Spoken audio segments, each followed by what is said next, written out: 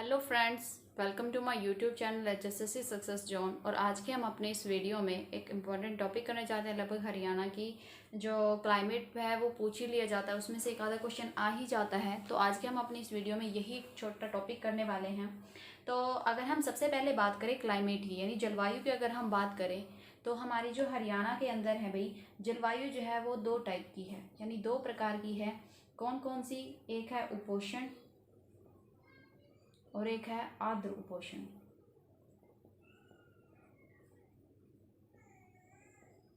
कौन कौन से भाई? उपोष्ण और आर्द्र उपोष्ण।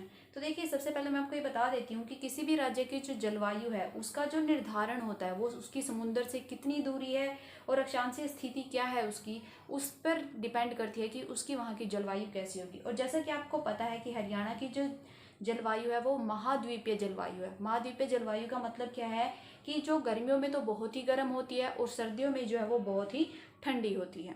तो ये मैं बता ही चुकी हूँ कि समुद्र से दूर होने की वजह से इसकी जो हमारी जलवायु है वो उपोष्ण है। ठीक है, उपोष्ण कटिबंधीय शुष्क है।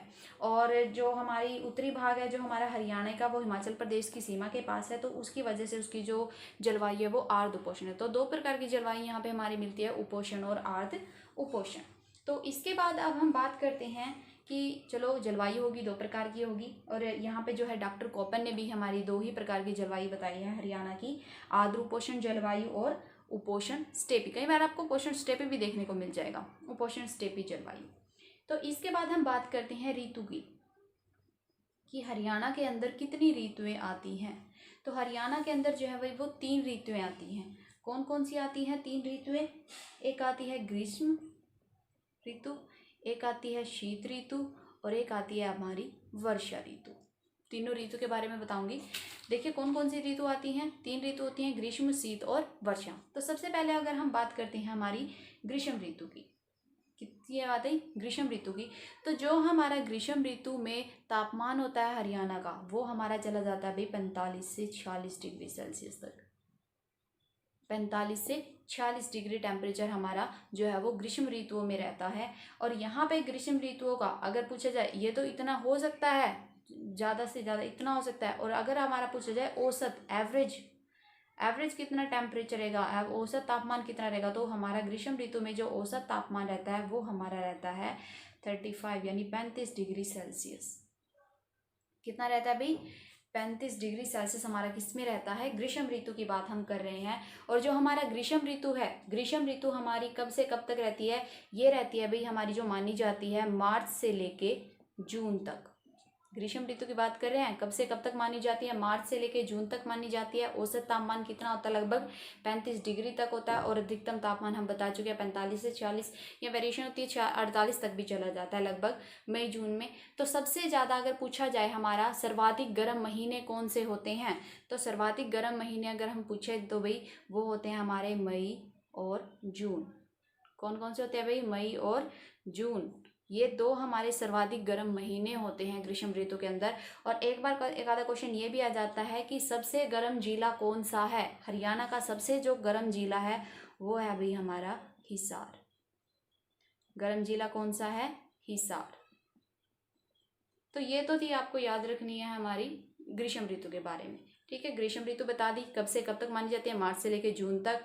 कितना तापमान जा सकता है? 45 से 40। औसत कितना जा सकता है? 35, कई जगह 48 तक भी देखने को मिल जाएगा आपको। और सबसे गर्म जिला कौन सा है आपका? हिसार। इससे ज़्यादा कोई क्वेश्चन नहीं पूछा जाएगा। उसके बाद हम बात करते हैं शीत ऋतु के अंदर भी। शीत ऋतु के अंदर क्या है कि शीत ऋतु जो हमारी मानी जाती है वो हमारी मानी जाती है सितंबर से, यानी मिड सितंबर टू मिड मार्च। ठीक है, तो मिड सितंबर टू मिड मार्च तक ये मानी जाती है आपकी, क्योंकि देखो मिड मार्च से फिर आपको वो गर्मी भी शुरू हो जाती है अभी। तो सितंबर से मिड मार्च तक ये मानी जाती है। तो यहाँ पे अगर हम बात करें टेम्परेचर की, तो जो हमारा शीत ऋतु में टेम्परेचर है वो हमारा भी देखो वेरिएशन तो कर सकता है कि जो हमारा तापमान है, अगर औसत तापमान की हम बात करें तो जो हमारा औसत तापमान है वो होता है आपका 12 डिग्री सेल्सियस। कितना होता है भाई? 12 डिग्री सेल्सियस। और वैसे जो है दिसंबर और जनवरी में जो तापमान होता है वो हमारा 3 से 4 डिग्री सेल्सियस तक भी हो जाता है। तो सबसे सर्वाधिक ठंडा महीना अगर पूछा जाए तो सबसे सर्वाधिक ठंडा महीना आपका होता है जनवरी। कौन सा होता है भाई? जनवरी का महीना सबसे ठंडा महीना होता है। तो ये बात सिर्फ आपको शीत ऋतु के बारे में याद रखनी है कि शीत ऋतु है कब से कब तक मानी जाती है, सितंबर से मिड मार्च तक। औसत तापमान कितना होता है आपका 12 डिग्री, और कितने तक जा सकता है 3 से 4 डिग्री सेल्सियस तक पहुंच जाता है। और सबसे ठंडा महीना कौन सा होता है हमारा, जनवरी। अब आपकी एक ही ऋतु बची, और वो ऋतु कौन सी बची है अभी आपकी, वर्षा ऋतु। तो वर्षा ऋतु के महीने तो बताने में अब बचा ही नहीं, तो जून से लेकर सितंबर के बीच में जो भी होगा वो आपका कौन सा होगा, वर्षा ऋतु। ठीक है, तो वर्षा ऋतु हमारी कब से कब तक मानी जाती है, वो हमारी मानी जाती है जुलाई से सितंबर तक। कब से कब तक मानी जाती है भाई, जुलाई से लेके सितंबर तक। कौन सी ऋतु की बात करें हम, वर्षा ऋतु। कब से कब तक है, जुलाई से लेके सितंबर तक। तो अब आप हमारी जो चीज़ें पूछी जाती है भाई वर्षा ऋतु के बारे में, कि वर्षा ऋतु जो है हमारी कहाँ कहाँ कितनी होती है, तो मैं आपको बता देती हूँ कि हरियाणा के अंदर अगर हम थोड़ा सा आइडियली मैप बनाने की कोशिश करें, तो आपको पता है यहाँ पे आपका क्या होता है, ये पंचकुला होता है भी। ठीक है, पंचकुला, पंचकुला से नीचे आपका यहाँ पे हमारा अम्बाला, अम्बाला से नीचे फिर ये हो गया इधर आपका कुरुक्षेत्र। ठीक है, यहाँ पे कुरुक्षेत्र के साथ ये नीचे हो गया करनाल, और इसी सीमा पे अम्बाला और इसकी ये सीमा के साथ लगता है आपका यमुनानगर। ठीक है, तो कुरुक्षेत्र हो गया, ये करनाल हो गया, करनाल के साथ फिर हमारा ये इधर आ जाता है कैथल। ठीक है भाई, कैथल करनाल आ गया था, करनाल के नीचे हो गया यहाँ पे हमारा पानीपत, और पानीपत से नीचे हमारा चला जाता है सोनीपत। तो सोनीपत के बाद ये हो गया हमारा झज्जर, झज्जर से नीचे यहाँ पे गुरुग्राम, ये फरीदाबाद, फरीदाबाद से नीचे यहाँ पे हमारा पलवल, पलवल के साथ यहाँ पे लगता हुआ हमारा मेवात, मेवात के इस तरफ आ गया आपका रेवाड़ी। ठीक है, और रेवाड़ी के इस तरफ हमारी ये निकलती है महेंद्रगढ़। ठीक है भाई, यहाँ पे आ गए थे हम, कुरुक्षेत्र हो गया था, ये कैथल हो गया था हमारा, कैथल से ये चली जाती है आपकी जींद की सीमा, जींद की सीमा के साथ ये हमारा क्या जाता है फतेहाबाद। थोड़ा सा आइडियली वैसे बताने की कोशिश कर रही हूँ, और यहाँ पे हमारा क्या होता है सिरसा। ठीक है भाई, और ये सीमा आपकी ऐसे मिल जाती है। तो इस तरीके से हमारा कुछ आइडियली हरियाणा का मैप होता है। मिड में नहीं बना रही हूँ क्योंकि मैं आपको यहाँ पे कुछ एग्जैक्टली जिले के बारे में कुछ नहीं बताऊंगी, तो जस्ट आइडियली थोड़ा बताने की कोशिश कर रही हूँ। तो यहाँ पे हमारा क्या होता है, ये होती है हमारी हरियाणा की पूर्वी सीमा, पूर्वी, ये होता है हमारा पश्चिम, ये होता है हमारा उत्तर, और ये होता है हमारा दक्षिण। ठीक है, पूर्व पश्चिम उत्तर दक्षिण इस तरीके से होता है। और ये जो मिड वाला एरिया होता है ये होता है पूर्वी, उत्तरी पूर्वी, ये हो गया आपका पश्चिमी उत्तर। ठीक है, ये इस तरीके से। तो यहाँ पे क्वेश्चन ये पूछ, वर्षा ऋतु के बारे में जो बताने की कोशिश कर रही हूँ, ये तो मैंने आपको बता दिया कि वर्षा ऋतु कब से कब तक होती है हमारी, जुलाई से लेकर सितंबर तक होती है। तो यहाँ पे जो सबसे ज़्यादा पूछी जाती है चीज़ें वो ये है कि सबसे ज़्यादा वर्षा जो है वो किस एरिया में होती है। तो सबसे ज़्यादा जो वर्षा होती है वो हमारी इस एरिया में होती है, और ये हमारा कौन सा एरिया भाई, ये हमारा एरिया है उत्तर पूर्व। कौन सा है भाई, उत्तर पूर्व एरिया। यहाँ पे क्या होती है, सबसे ज़्यादा वर्षा होती है, और सबसे अधिक वर्षा कितनी हो सकती है, लगभग 110 सेंटीमीटर तक की। और आज तक की जो सबसे ज़्यादा वर्षा हुई है वो ये भी हमारी 216, आज तक की सबसे ज़्यादा वर्षा हरियाणा के अंदर 216 सेंटीमीटर हुई है।